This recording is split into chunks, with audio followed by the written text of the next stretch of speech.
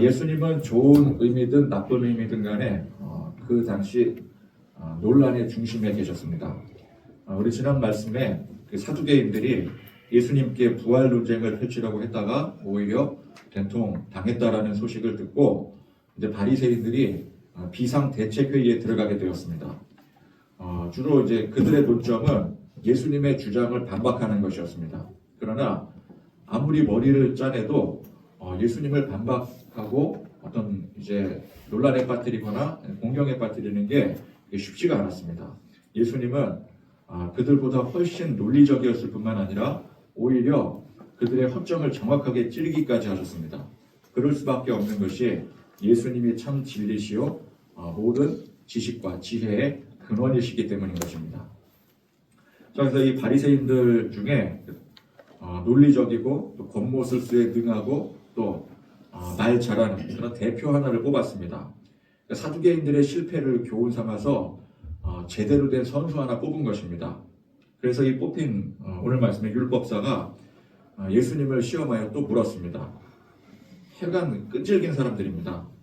이렇게 묻습니다. 선생님, 율법 중에서 어느 계명이 크니까?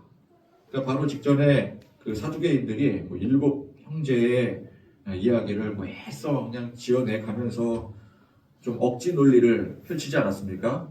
굳이 예를 들어도 그런 예를 들 수 있을까 싶을 정도로 그래서 이제 그게 이제 실패를 했잖아요. 그래서 그렇게 복잡하게 꼬을 것 없이 단도직입적으로 단순 명료한 질문을 한 것입니다.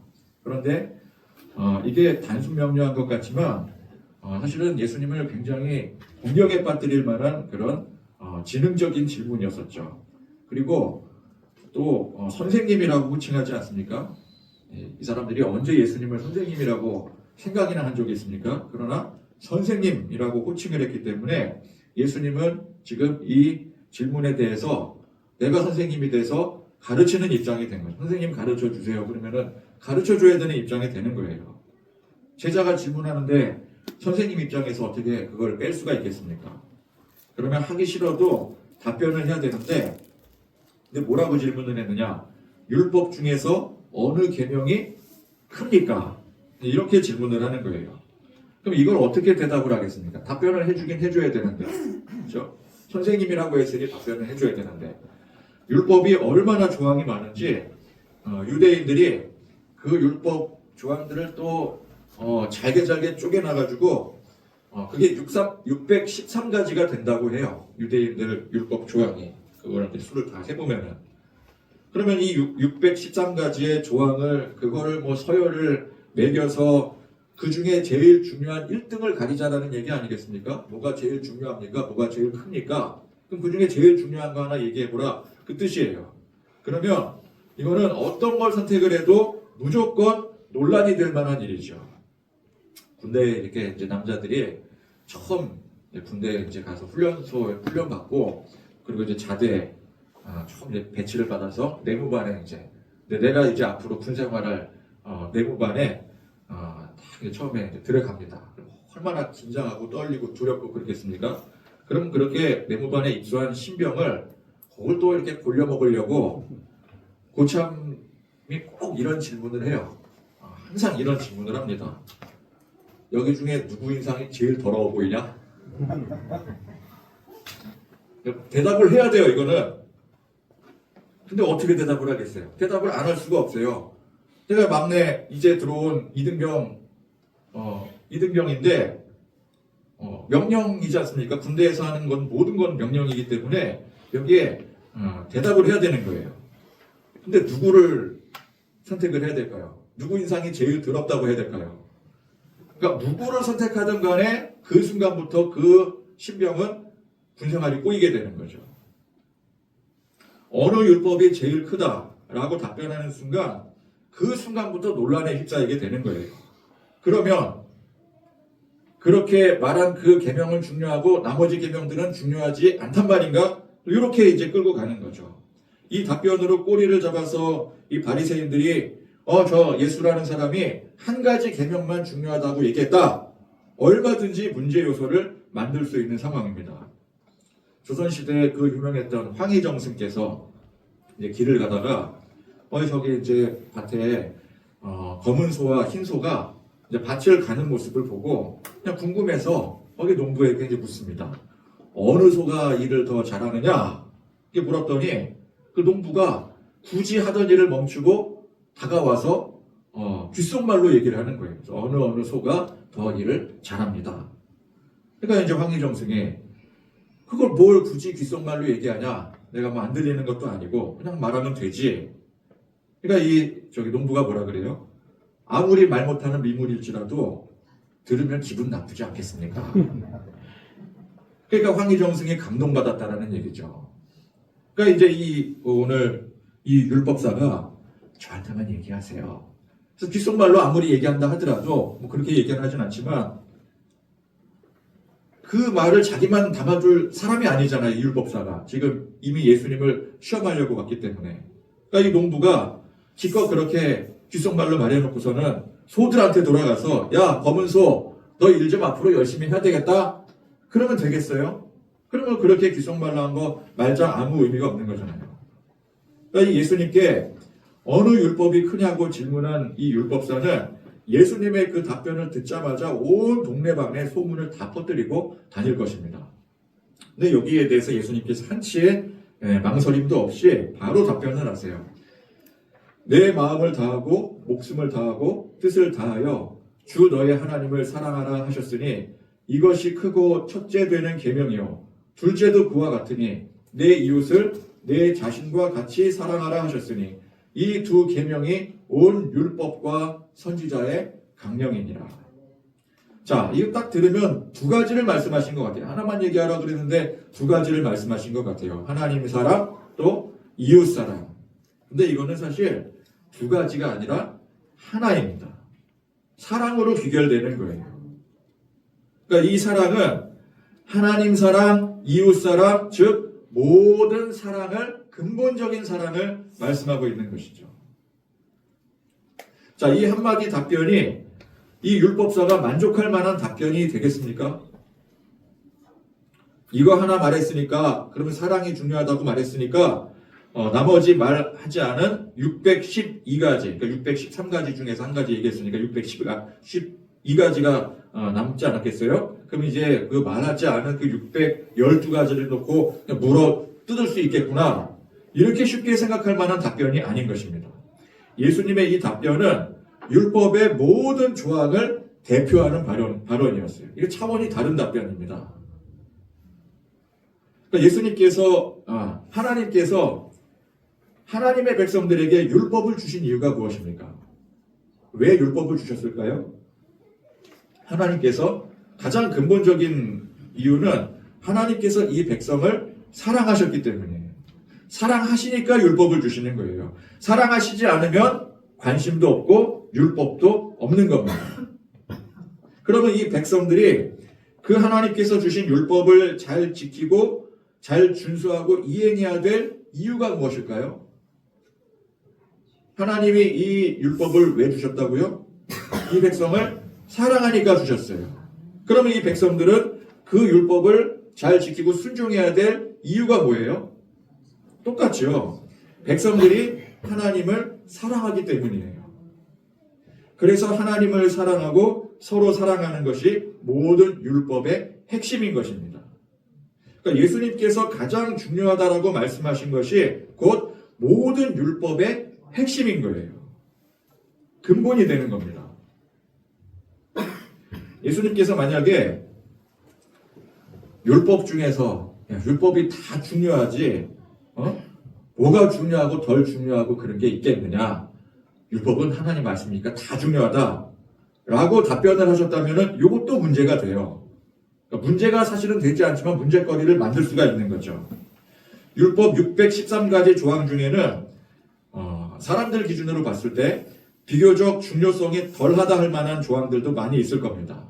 이를테면 그냥 자잘한 규정에 관한 조항, 뭐 하지 말라, 뭐 해라 하는 것 중에서도 또 중요도가 떨어지는 그런 조항들도 있을 거 아니겠어요? 아무래도 613가지 조항이나 쪼개놨으니까 그 중에는 좀 그 중요도가 아무래도 낮은 조항이 있지 않겠어요? 그런 것과 하나님만 섬기고 우상 숭배하지 말라라는 조항을 같은 것으로 여겨버린다면, 똑같이 중요한 것이라고 여겨버린다면 이것도 문제가 되는 거예요. 자, 그런데 예수님이 오늘 하신 이 답변은 따지고 보면은 율법의 핵심인 사랑이 중요하다. 결국 뭐예요? 이것도 다 중요하다라는 얘기잖아요. 그죠? 그게 율법의 핵심이다. 같은 맥락인데, 근데 이 답변으로는 비판할 거리가 없는 거예요. 그냥 다 중요해. 그랬으면은 여기에 이제 꼬투리 잡아서 비판할 거리가 생기는데, 하나님의 사랑을 얘기하니까 의미적으로는 같은 것 같은데, 비슷한 것 같은데, 여기에는 책 잡을 게 없는 것이죠. 자잘한 규정에 관한 조항도 하나님 사랑에 관한 조항이고, 우상 숭배하지 말라는 것도 하나님 사랑에 관한 조항인 것입니다. 그러니 근본적으로 사랑이 중요한 거예요. 그러니까 이보다 완벽한 대답이 나올 수 있겠습니까? 유대인들은 하나님께서 주신 율법 말씀을 그 조항 하나하나 지키는 것을 기준으로 삼았습니다. 더 잘 지키고 더 열심히 지켜야 되니 어느덧 율법 조항이 613가지나 늘어나게 된 거예요. 그런데 이 율법 조항을 얼마나 열심히 지키면 되겠습니까? 자, 그들의 기준은 이 율법 하나하나 말씀을 잘 지켜야 돼. 그럼 어떻게 지키면 잘 지키는 게 될까요? 제일 좋은 건 뭐예요? 이 유대인들의 기준에 의하면 613가지를 전부 다 지키는 게 제일 좋은 거겠죠. 그런데 이건 사실상 불가능한 일이잖아요. 그러면 이제 우리가 이제 이를테면은 어떤 이제 시험을 치를 때라든지 테스트를 할 때라든지 커트라인이라는 걸 잡잖아요. 그죠? 그러니까 어느 정도 이상 되면은 합격. 예를 들어서 이제 운전면허 시험 볼 때, 필기 시험 볼 때 요즘에는 몇 점이 커트라인인가요? 저희 때는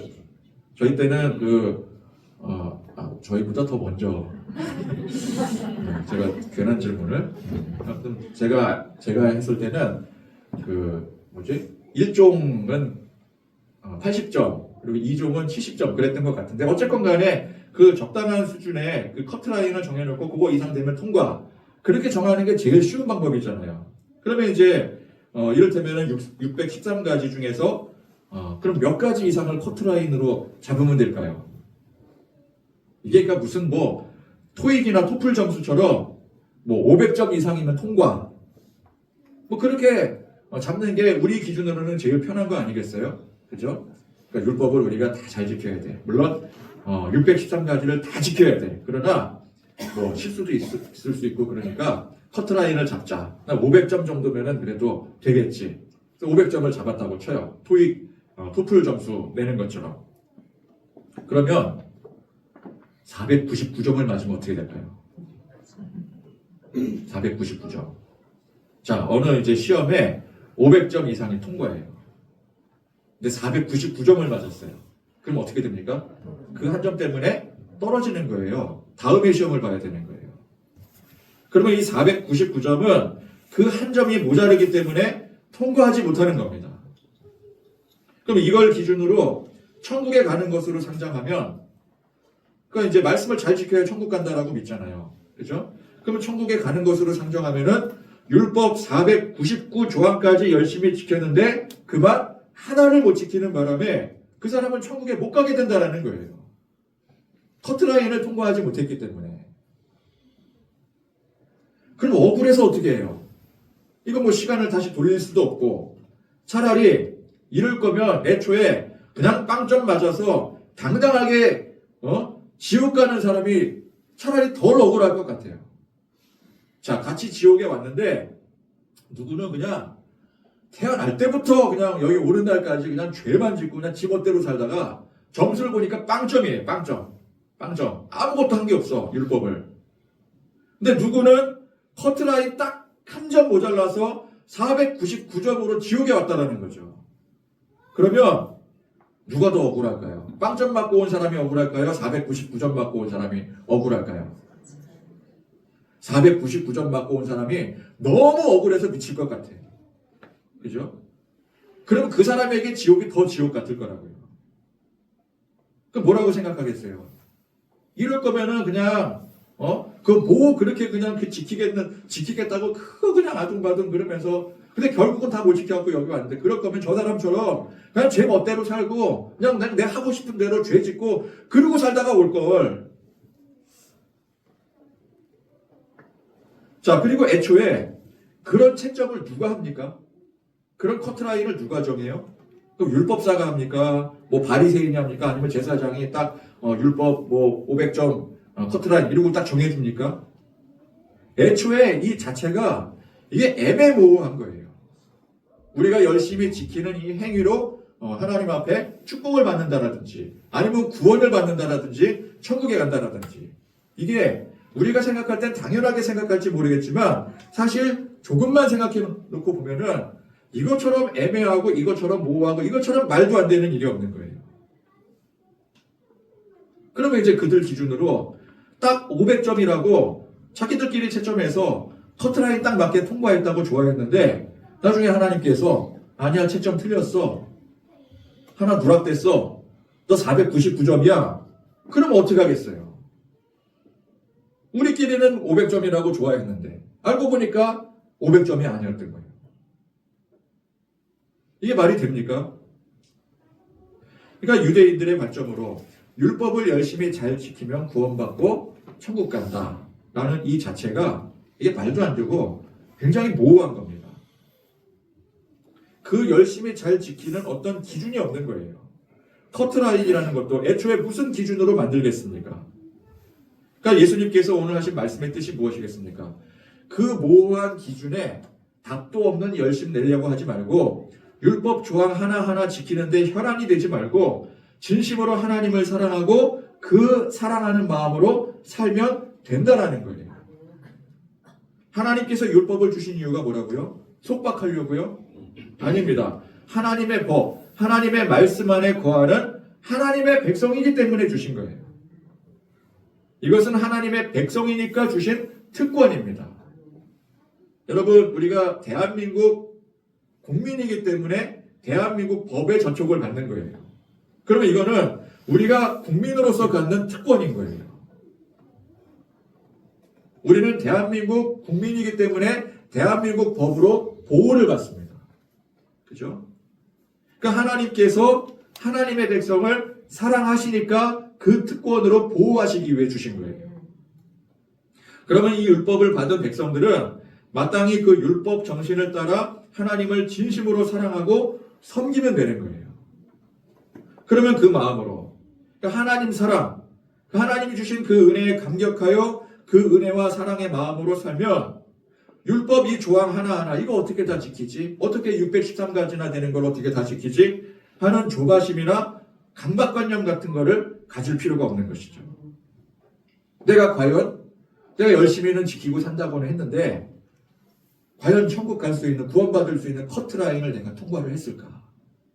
커트라인이라는 그 자체도 애매모호할 뿐더러 내가 얼마나 했는지 내가 한 행동이 내가 지금까지 해왔던 것들이 과연 하나님의 커트라인을 통과했을까? 여기에 대해서 아무도 자신이 없는 거예요. 있지도 않은 허상에 대한 두려움.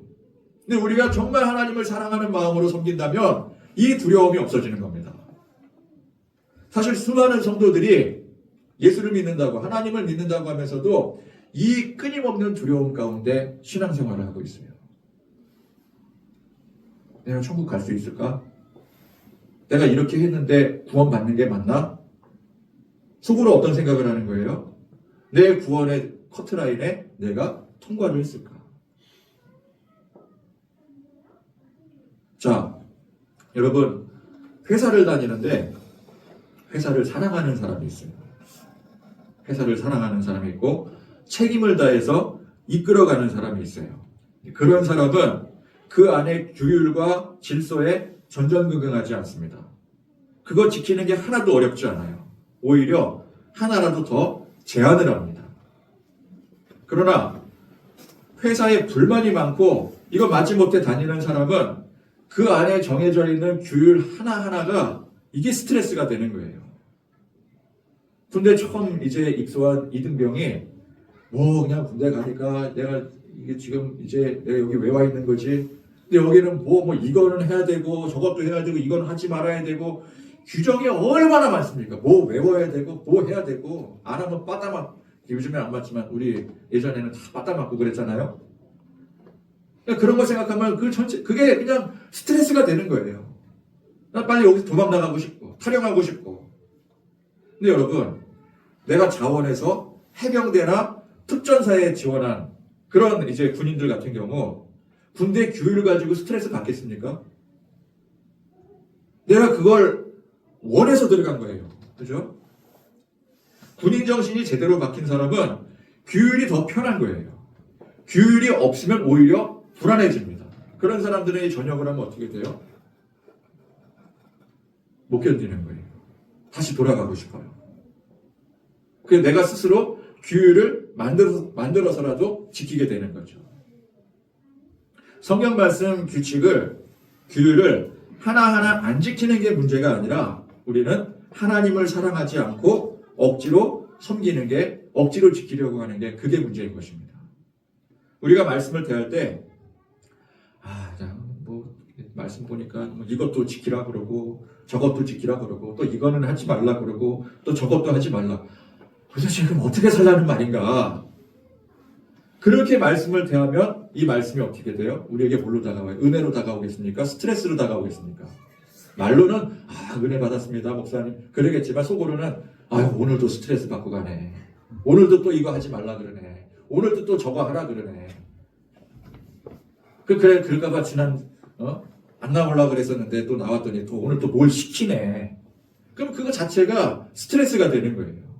예전에 그 김동호 목사님이 어떤 이제 모임에 갔는데 어떤 그냥 거만한 사람이 딱 앉아서 마치 들으라는 듯이 예수 믿으면 뭐 술도 마시지 말라 그러고 뭐 도박도 하지 말라 그러고 그리고 계집질도 하지 말라 그러고 그러면 도대체 무슨 낙으로 세상을 사냐? 일부러 들으라는 듯이 그러더래요. 했더니 이제 김동호 목사님도 배알이 딱 꿀리니까 일부러 들으라는 투로 지금 그 말을 당신 사위가 술도 마시지 말라 그러고 도박도 하지 말라 그러고 계집질도 하지 말라 그러면 도대체 무슨 낙으로 삽니까?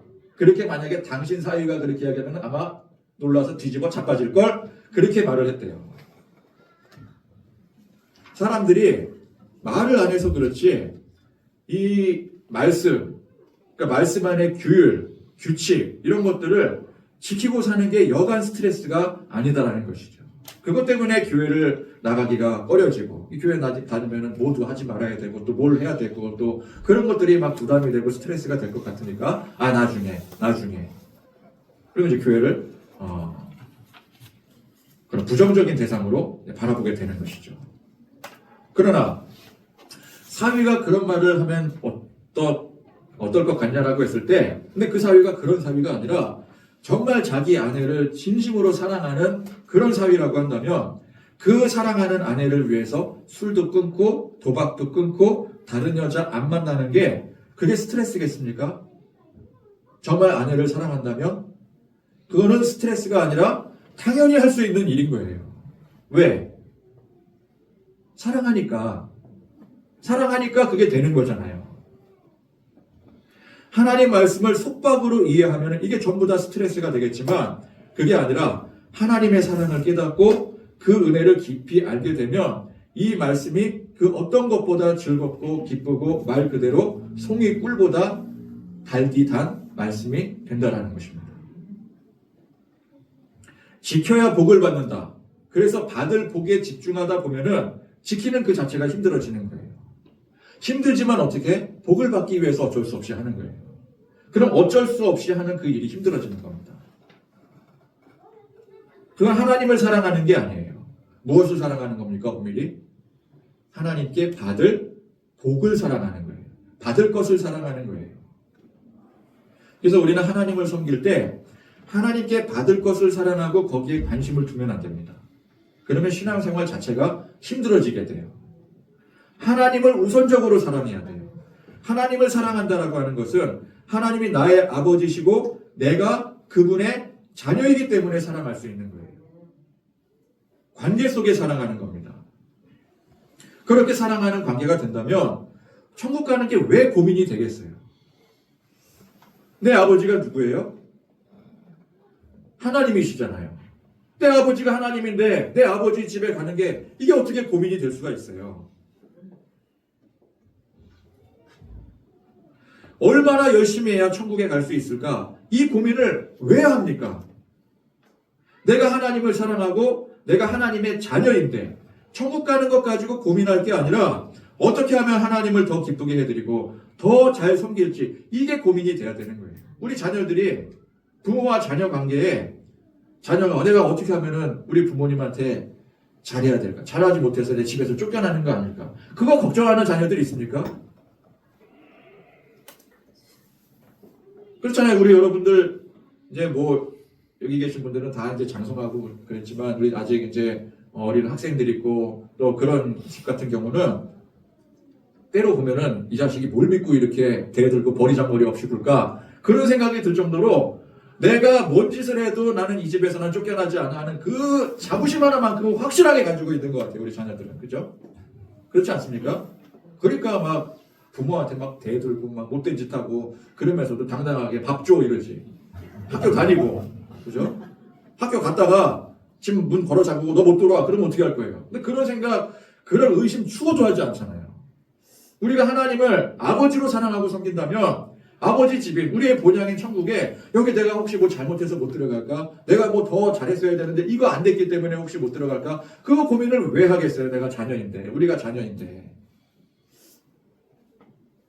그게 아니라 어떻게 하면 우리 아버지를 더 기쁘게 해드릴 수 있을까? 그래서 천국에 대한 확신이 없는 사람은 사실 하나님을 사랑하지 못하는 사람인 거예요.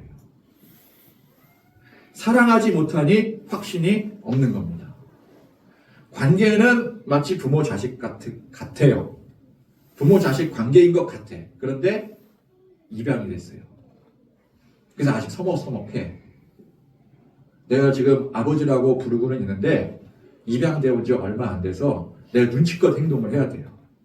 그러면 그런 자녀는 자신이 없죠. 내가 이 집에서 언젠가 쫓겨날 수 있어 라는 불안감에 살겠죠. 그럼 그 부모를 사랑하겠습니까? 아직 사랑하지 못하는 거예요. 사랑에 대한 확신이 없는 거예요.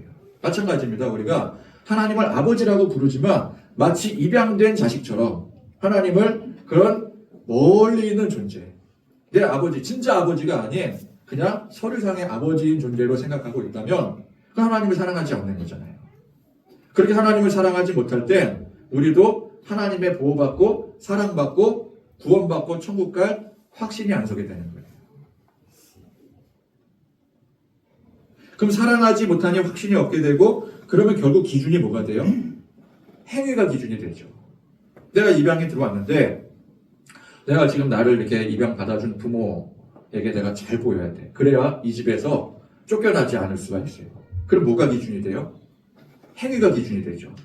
아침에 일찍 일어나야 되고 뭐 하나라도 내가 여기서 일을 해야 되고 그 행위 하나하나가 그 아이에게는 그 사람에게는 기준이 될 수밖에 없는 거예요.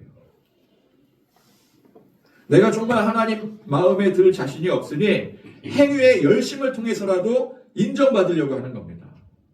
이게 기복신앙이에요. 사랑이 없으면 그렇게 되는 거예요. 자, 하나님을 사랑한다라는 말은 다른 말로 하나님을 경외하는 것입니다.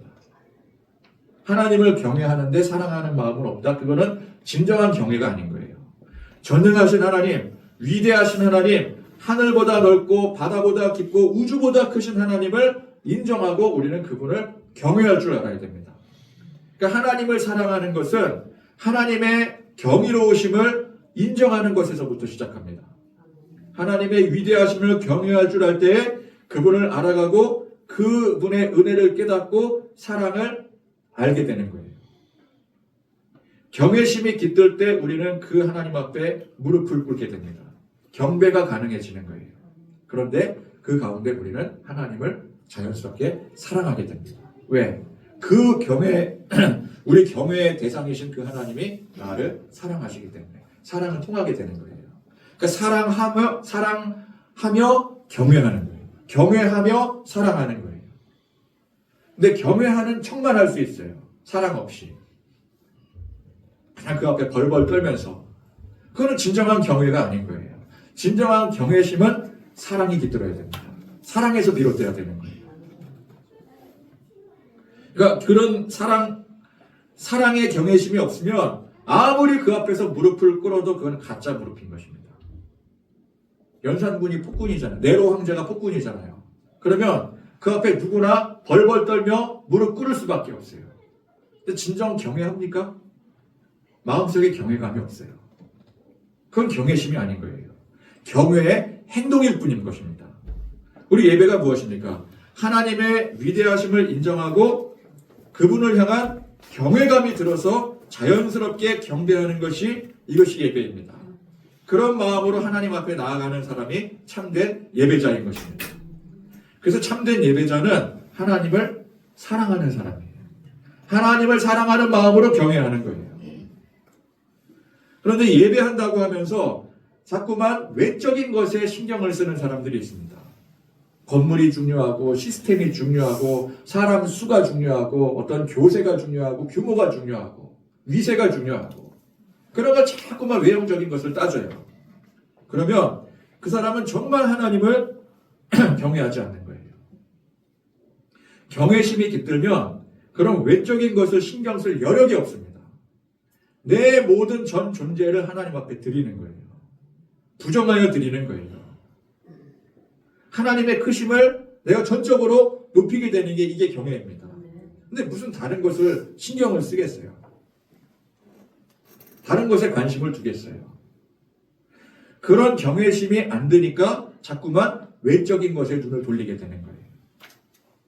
자존심을 내세우게 되고. 그렇죠?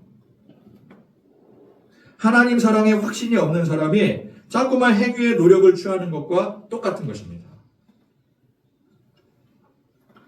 하나님을 진심으로 경외하는 사람이 하나님을 사랑하는 사람이라고 했습니다. 그래서 진심으로 경외하고 예배하는 그 마음 가운데 하나님의 사랑, 하나님의 은혜가 깨달아지는 거예요. 우리 예배는, 교회는 물론 형식, 시스템이 중요합니다. 그러나 그게 중심이 아니에요. 우리가 하나님을 경외하는 마음, 하나님을 사랑하는 마음으로 모든 조직과 시스템이 세워져 가는 것입니다.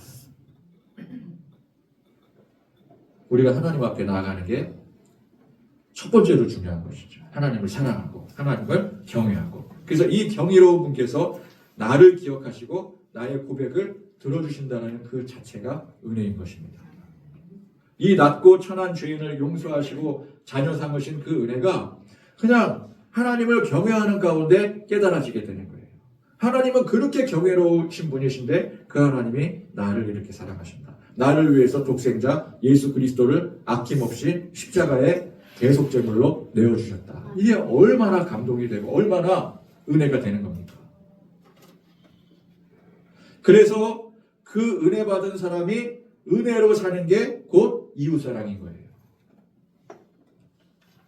하나님의 은혜를 받고 하나님의 사랑으로 우리가 그대로 나가서 야, 나 이제 은혜 받은 사람이다. 나 하나님의 사랑 받은 사람이야 하면서 실천하며 사는 것이 율법 조항 하나하나를 지키며 사는 게 아니라 이웃사랑을 실천하며 살아가는 게 되는 거예요.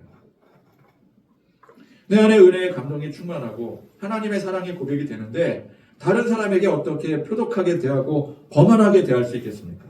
오 하나님이시여, 손을 높이 들고 경배한 사람이 그 손을 가지고 다른 사람들에게 삿대질을 하겠습니까?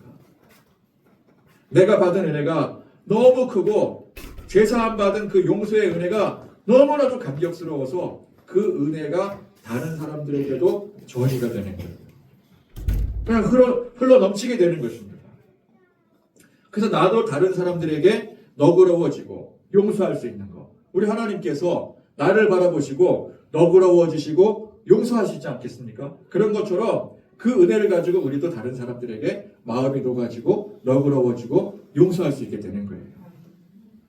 그게 사랑입니다. 그래서 하나님을 경외하고 온전히 예배하고 사랑하는 사람은 그냥 그 순간 세상이 달라 보이는 거예요. 풀 한 포기, 꽃 한 송이가 그렇게 소중하고 아름다워 보이게 되는 것입니다.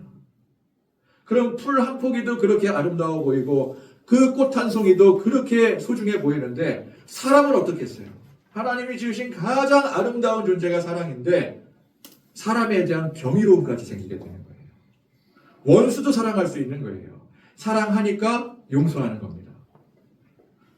용서를 하는 게 율법의 조항이니까 이 율법을 지켜야 되니까 이거 용서를 해야 되고 그래야 복을 받으니 억지로 하는 게 아니에요. 우리가 이제 그 이웃사랑을 실천하다 보면은 사실은 이 이웃사랑 실천하는 게 율법 조항을 지키는 행위가 되는 거거든요. 왜냐하면 율법을 가만히 들여다보면은 이 율법의 모든 조항들은 하나님이 사랑하는 마음으로 살 때 어떻게 살아야 될 것인가를 지침을 주신 거기 때문에 우리가 사랑하는 마음, 이웃 사랑하는 마음으로 율법을 대하면요. 그냥 그게 저절로 지켜지게 되는 거예요. 용서가 되고 서로 사랑하게 되고 그러면 율법의 조항 하나하나가 다 뭐예요? 결국은 이웃의 관계에 대한 내용이잖아요. 뭐 도둑질하지 말라, 뭐 하지 말라, 뭐는 해야 된다. 그게 알고 보니까 사랑하니까 다 해결이 되는 거예요. 나는 율법을 지키려고 한 게 아닌데 사랑하는 마음으로 하다 보니까 율법을 보니까 내가 다 이미 지키고 있는 거예요. 그렇게 지켜지게 되는 겁니다. 그런데 그냥 율법이 하나님께서 지키라고 했으니까 이걸 지켜야 복을 받으니까 그래서 지키는 거라고 한다면 이건 억지로 하게 되는 것이죠. 스트레스가 돼버리고 마는 것이죠. 자, 율법사 정도의 위치에 있는 사람이 율법의 말씀을 깊이 대하다 보면은 자칫 이 말씀에 강박관념을 가질 수가 있습니다.